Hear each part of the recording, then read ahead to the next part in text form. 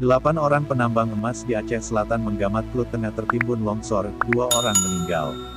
Sedikitnya sekitar 8 orang penambang emas di lokasi tambang emas tradisional di lokasi tambang PT PSU Gampong Simpang 2, Kemukiman Manggamat, Kecamatan Klut Tengah, Aceh Selatan tertimbun tanah longsor pada Minggu, tanggal 14 Maret tahun 2021, sekitar pukul 2 waktu Indonesia Barat dini hari.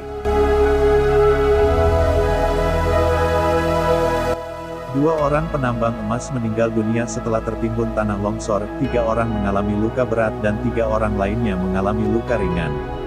Kapolres Aceh Selatan AKBP Ardanto Nugroho melalui Kapolsek Klut Tengah Ibtu Jamaludin melaporkan, 2 orang penambang meninggal dunia masing-masing adalah Alkindi Nur 47 tahun, asal Gampong Pulau Kambing, Kecamatan Pluit Utara dan Muswardi 27 tahun, asal Gampong Tepin Gajah, Kecamatan Pasiraja.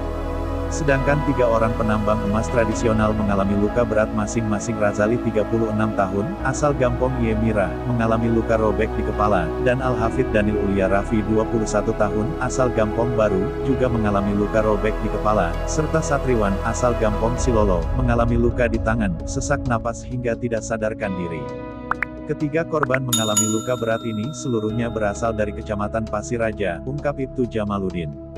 Adapun kronologis kejadian, kata Ibtu Jamaludin, seperti biasa masyarakat Kecamatan Pluit Tengah maupun masyarakat dari luar kecamatan serta luar daerah, melakukan penggalian dan pencarian batu emas di lokasi bekas galian pihak PT PSU, di Gampong Simpang 2, Kecamatan Pluit Tengah.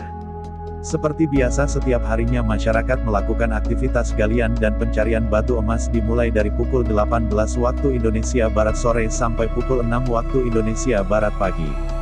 Namun naas pada dini hari sekira pukul 2 waktu Indonesia Barat terjadi kecelakaan tertimbunnya penambang dalam lubang galian, akibat ambruknya langit-langit lubang yang digali, ungkap Ibtu Jamaludin.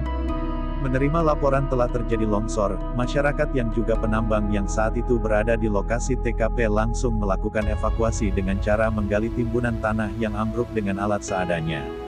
Para korban berhasil dievakuasi dari timbunan tanah setelah sekitar 1 jam tertimbun tanah longsor.